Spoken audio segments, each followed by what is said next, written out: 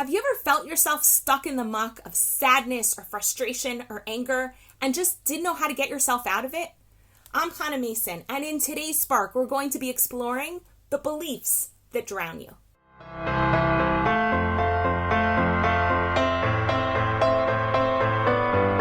I used to have a belief that was so incredibly ingrained in me that I thought it was a fact. I equated it to the sky being blue, the earth going around the sun. I literally thought it was like written in my bones or something. I believed it to be so incredibly true. And you know what? It made so much mess in my life. What was the belief? That something was intrinsically wrong with me, that I wasn't okay. And it's only been in the last few years that I've been working really hard on rewriting my entire narrative about myself and my life that I've been able to look at that belief and just be like, oh, that's ridiculous. That's an old story that I wore as though I changed my shirt or something like that. But back then, it was so true. And it wreaked so much havoc in my life because it's not possible. Imagine yourself for a moment taking that belief on and believing that there's something intrinsically wrong with you.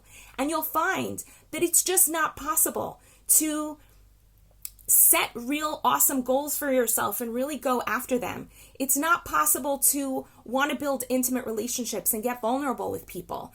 It's not possible to trust yourself when you're making decisions.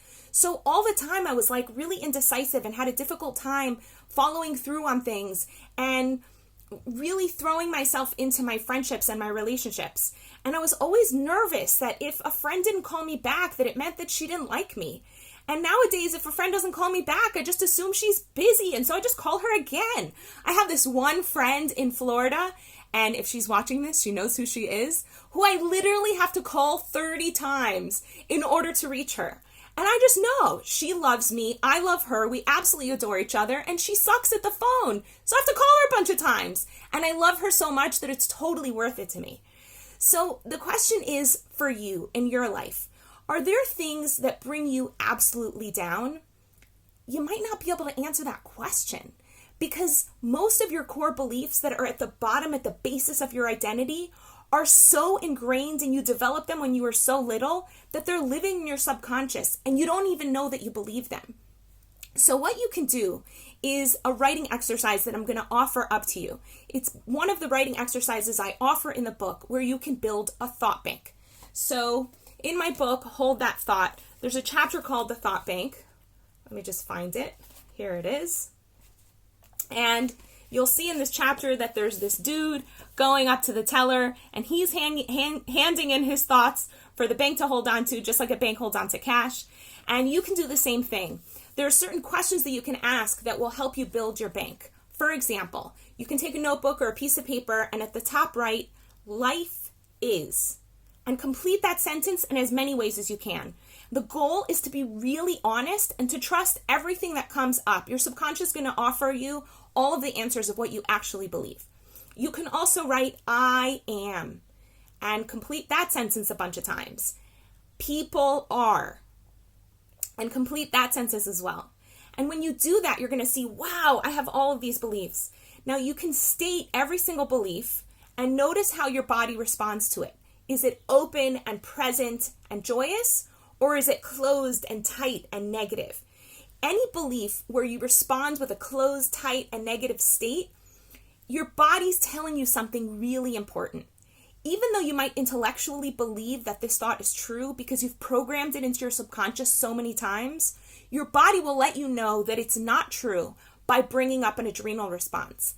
I've mentioned before that the way lie detector tests work is by assessing whether you're responding with an adrenal response to a certain statement.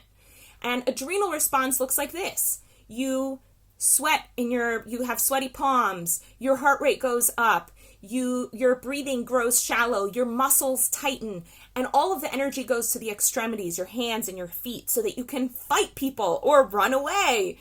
And when you respond this way to a belief, that's your body's way of letting you know, ding, ding, ding, this isn't true. And right away, once you know that it's not true, you can go through a process of shifting out of believing that and into believing something that's going to support you and your life and your goals, your health, your vitality, your enthusiasm.